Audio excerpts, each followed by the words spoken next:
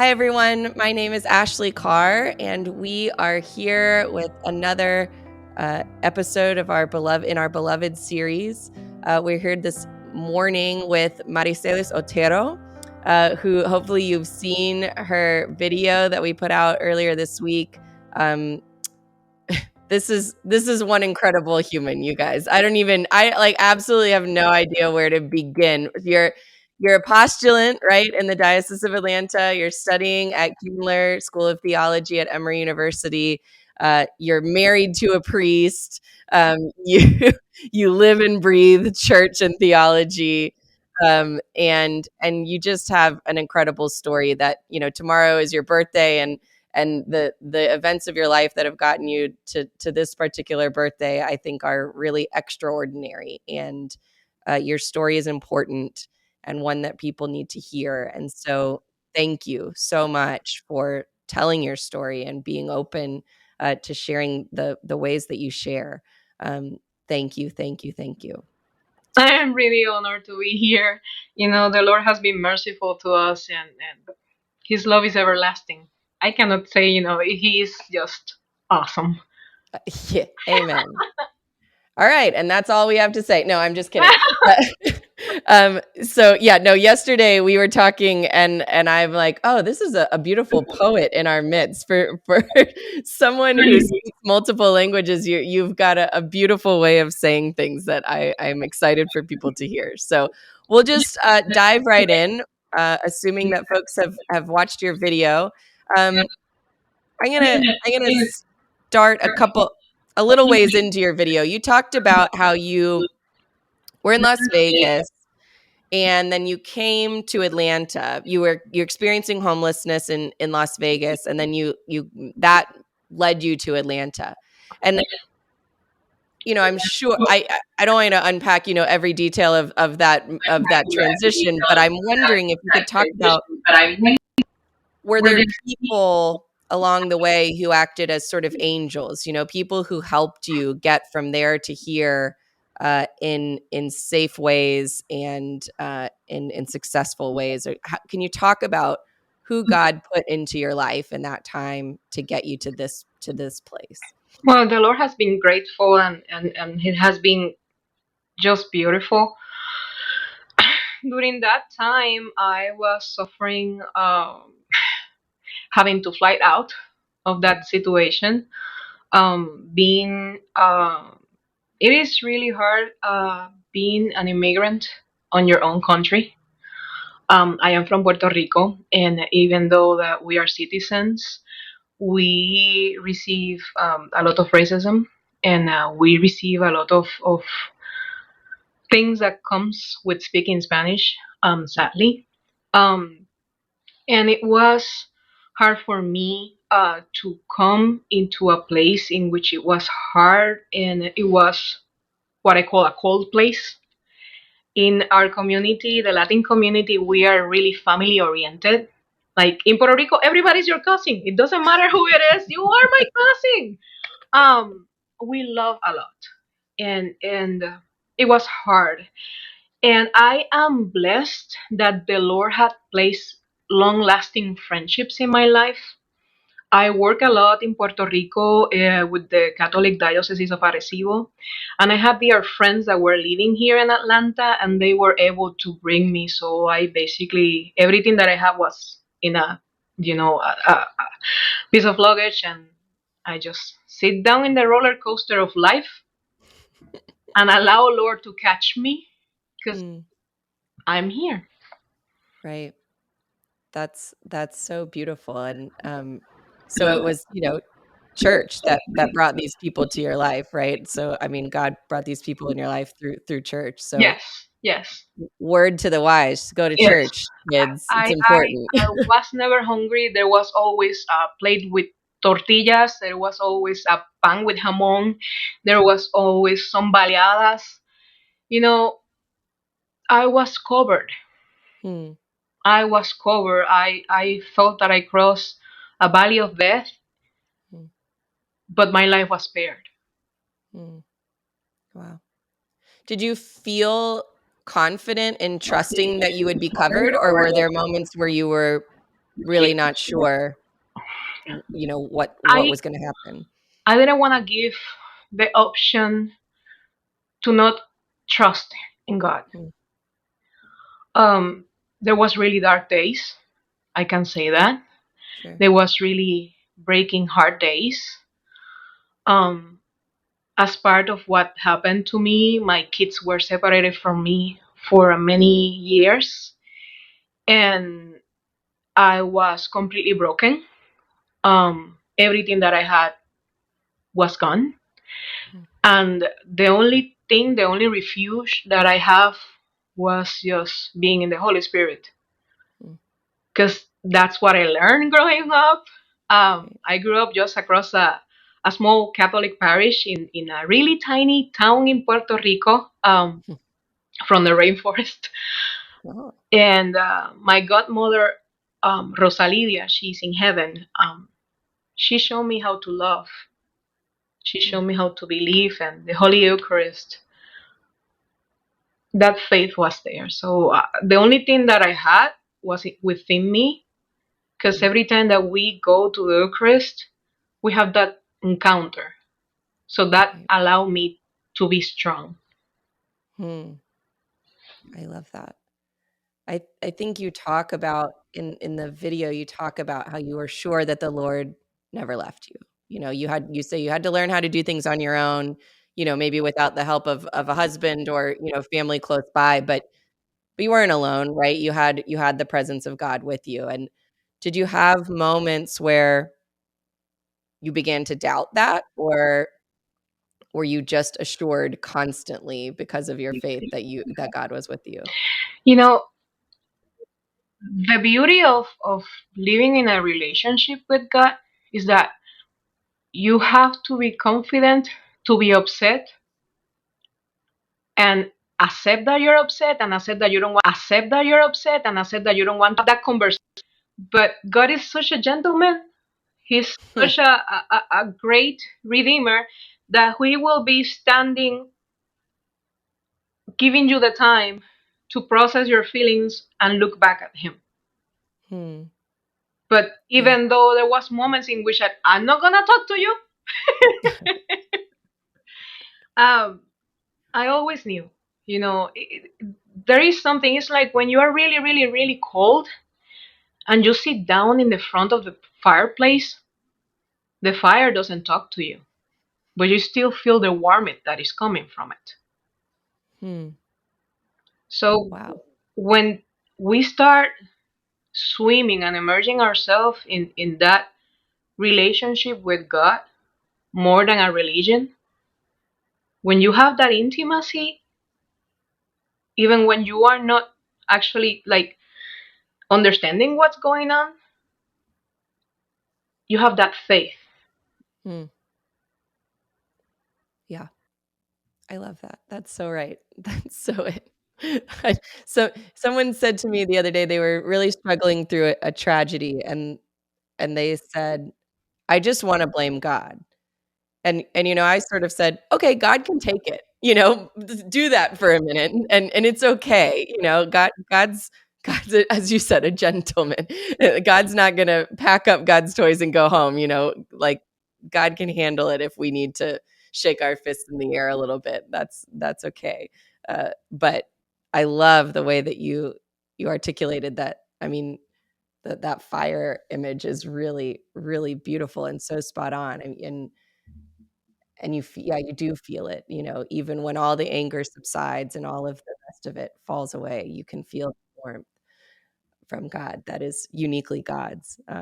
So wow, that's so beautiful. Thank you for that. I'm gonna carry that with me for a a long time.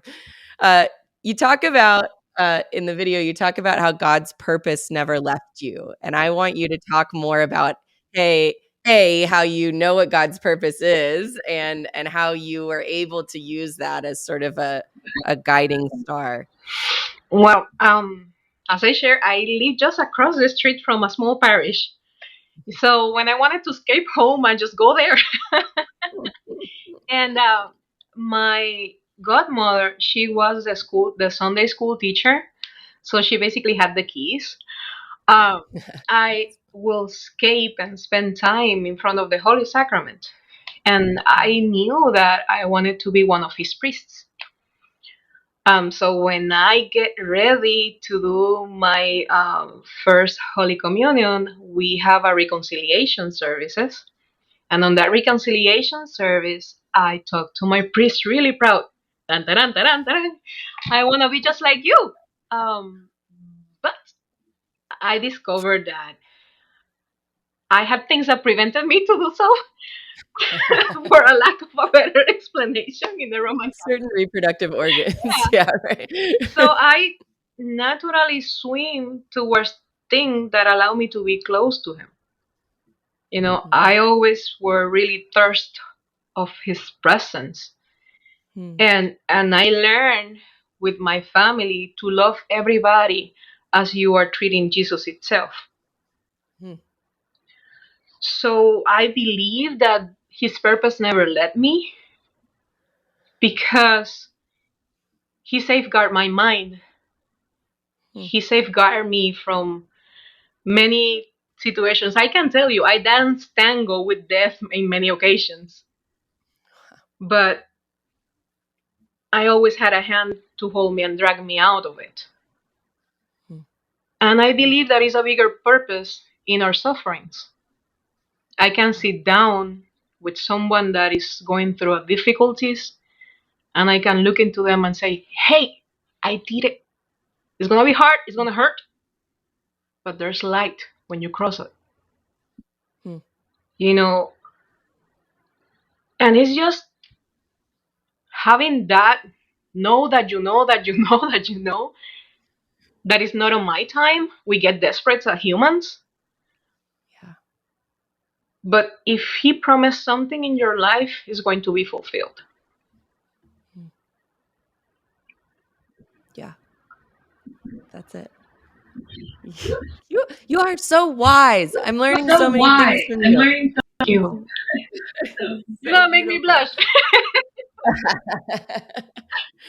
I want you to talk a little bit about, so I mean, obviously you grew up in the Roman Catholic Church. I want you to talk a little bit about landing at St. Gabriel's and in this Ooh. wacky Episcopal world and how that changed you. Well, I was a leader in the Archdiocese of Atlanta, the Roman Catholic Diocese of Atlanta. And my husband and I work a lot in different things.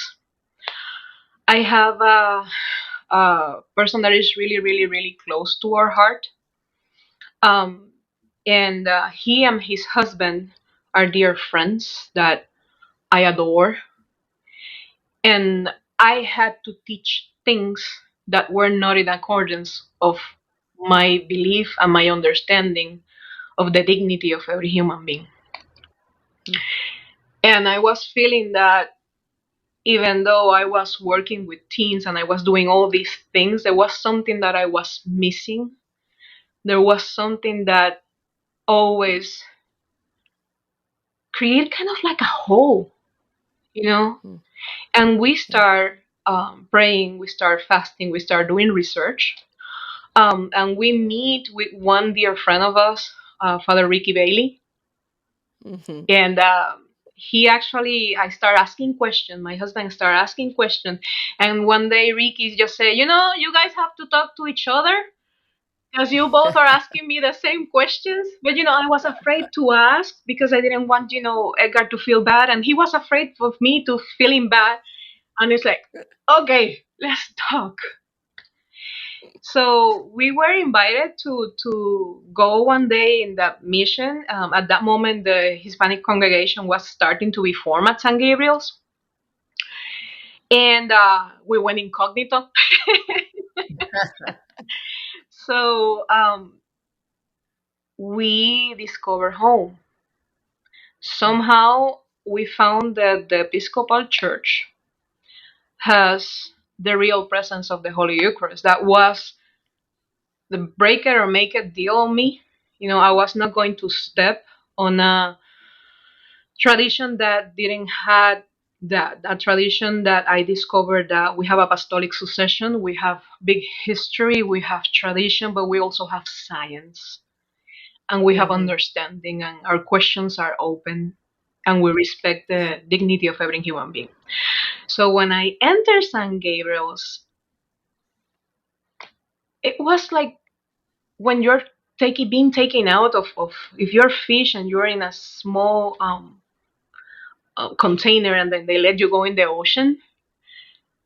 It was beautiful, like these people didn't know me, and they're hugging me, and they're inviting me for coffee, and I said, I'm gonna sit down and not doing nothing. No, they already come here, help me here, and they were able to see me as Marycelis, Mhm. and I became their daughter, Mm. and they embraced me through my sufferings without judging me.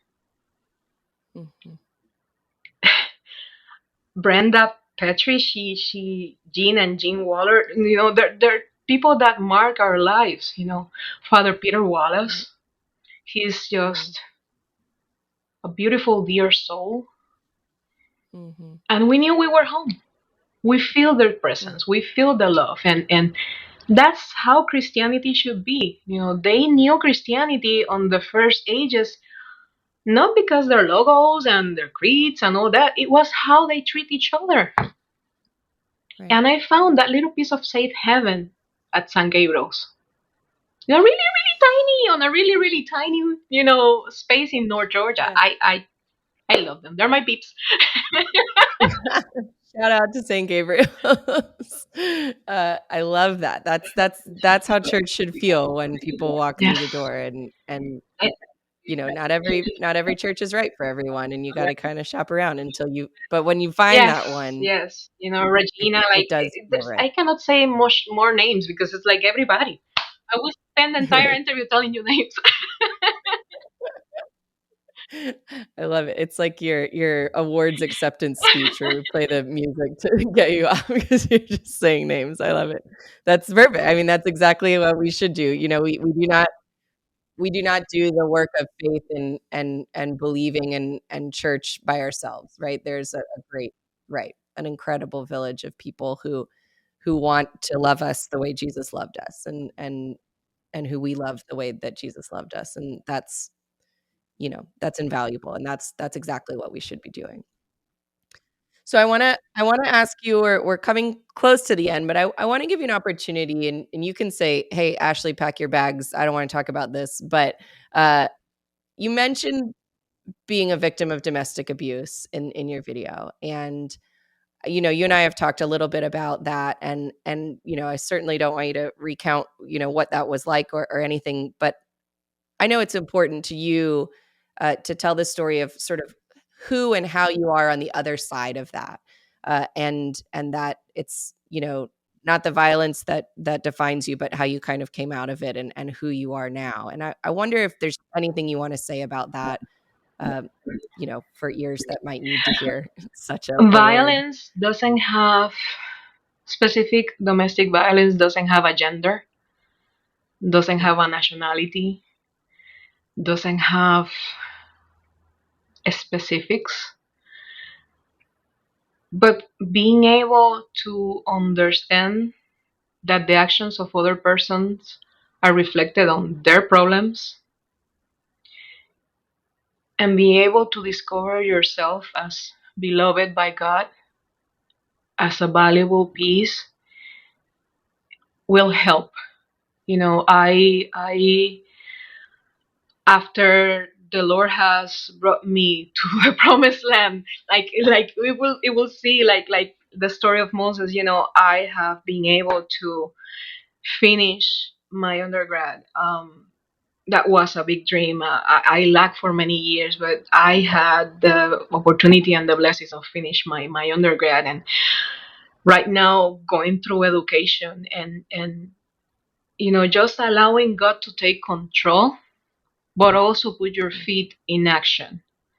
You know, it, mm, it's a teamwork between God and us, and we have to understand that we are strong enough if we have the will and we have the belief. It took me many years to get my babies back. They are back with me. They are loved. I understand the struggles that people go through, and I believe the Lord, you know, give me the gift of understanding. If you want to call it training in the job, uh, but I can say that there's light. We just have to Hmm. be courage enough and to be able to open to receive help, and being able just to move forward. Um, it's hard, but it's not impossible. Hmm. I wear many scars of my battles, but the Lord has me standing Hmm. and walking in faith. That's the only thing we can do. Just trust Him, take a leap of faith, and get sneakers because you're gonna run.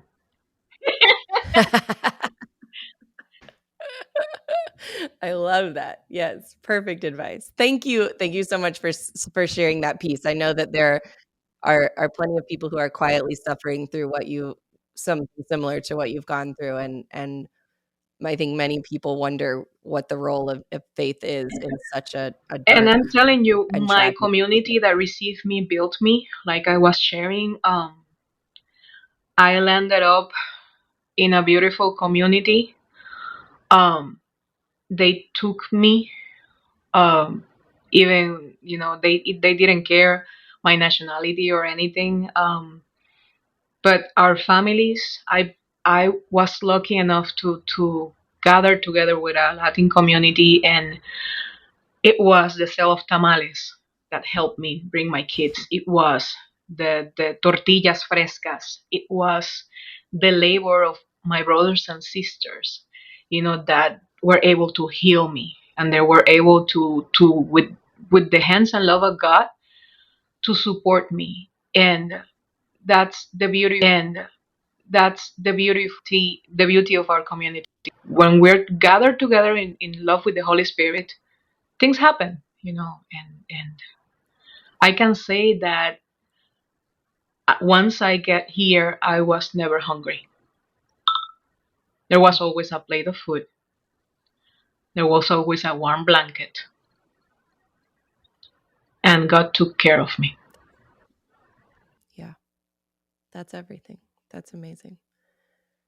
So, one final question. What does beloved mean to you?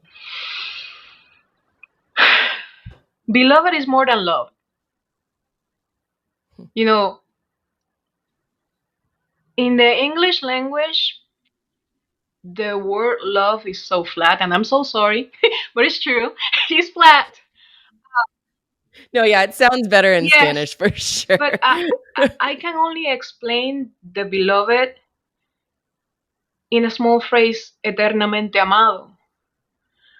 Beloved is being able to recognize that you were saved by the price of blood. Beloved means that doesn't matter what you do, doesn't matter how low you get, that love is not gonna change. And the value that you have doesn't have to do anything with your circumstances.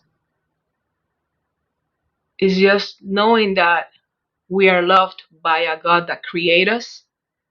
And before we were able to be in our mom's bellies, He already had a plan for us. It's just us to accept that love and maybe one day become one with Him. That's beautiful. Thank you so much. My dog is barking, of course. But we're at time, so thank you so much. Oh, we could talk for the next week and not even begin to scratch the surface of the stories that you have. So, my friends, if you're watching this, find this beautiful human and take her to lunch and hear these stories, because this is a deep well of faith with a life story that is absolutely worth hearing. And I am so so glad for the church that you are going to be ordained and leading in that capacity one day, because we need people who are willing to be vulnerable and open the way that you are, and we need people who are willing to talk about their faith the way that you do, with such unbridled confidence and joy and trust. Uh, that is unique, really unique, even among priests. So, it is very refreshing to hear somebody talk about it all the way that you do. So thank you so, so, so much. Um, Friends, we will see you next month, probably for another installment of the Beloved series. Until then, remember to go out and be loved and be love and be loved. We'll see you next time. Bye.